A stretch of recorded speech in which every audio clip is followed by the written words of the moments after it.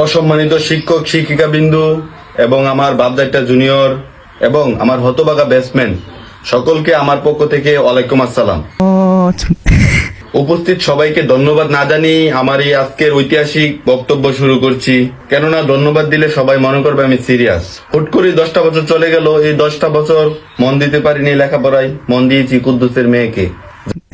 যাক, এই পবিত্র স্টেজ অপবিত্র করব না প্রেম প্রীতির কথা বলে, কারণ পরীক্ষা পাশ করাটা যেন আমাদের জন্য ওয়ান সাইড লাভ হয়ে দাঁড়িয়েছে।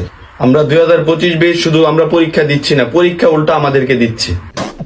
এই দীর্ঘ 10 বছর শিক্ষক শিক্ষিকারা আমাদের উপর অনেক অত্যাচার করেছে, জুলুম করেছে। এই মহান দায়িত্বগুলো আমরা এখন আমাদের জুনিয়রদের হাতে তুলে দিতে চাই। তোমরা নিবে না? আমার জুনিয়র ভাই বোনেরা, তোমরা সবাই জানো যে আমাদের স্কুলের স্যার ম্যামরা কিপটা, আমাদেরকে পরীক্ষার খাতায় ছোট ছোট ডিম দিত।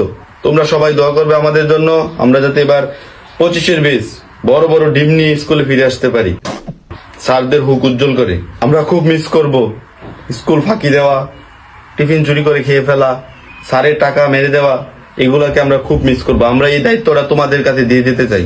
আর হ্যাঁ, বাপদাইটা জুনিয়র, আমি তোমাদেরকে বলছি, আমরা কিন্তু শুধু ছাত্র ছিলাম এরকম না, আমরা কিন্তু গবেষকও ছিলাম। কোন ম্যামের সাথে কোন স্যারের প্রেম, কার সাথে কার কি, এগুলা নিয়ে কিন্তু আমরা গবেষণা করতাম। এই দায়িত্বটাও আমরা তোমাদের কাছে দিয়ে গেলাম। আরে তার একটা স্টেজ উঠে তার নাম আসতে আরে ধর তারে ধর। লাস্ট একটা কথাই বলে যেতে চাই, এই কথা বলে আমার বক্তব্য শেষ করে দিচ্ছি। তোমরা কেউ আমাদের জন্য কান্না করবে না।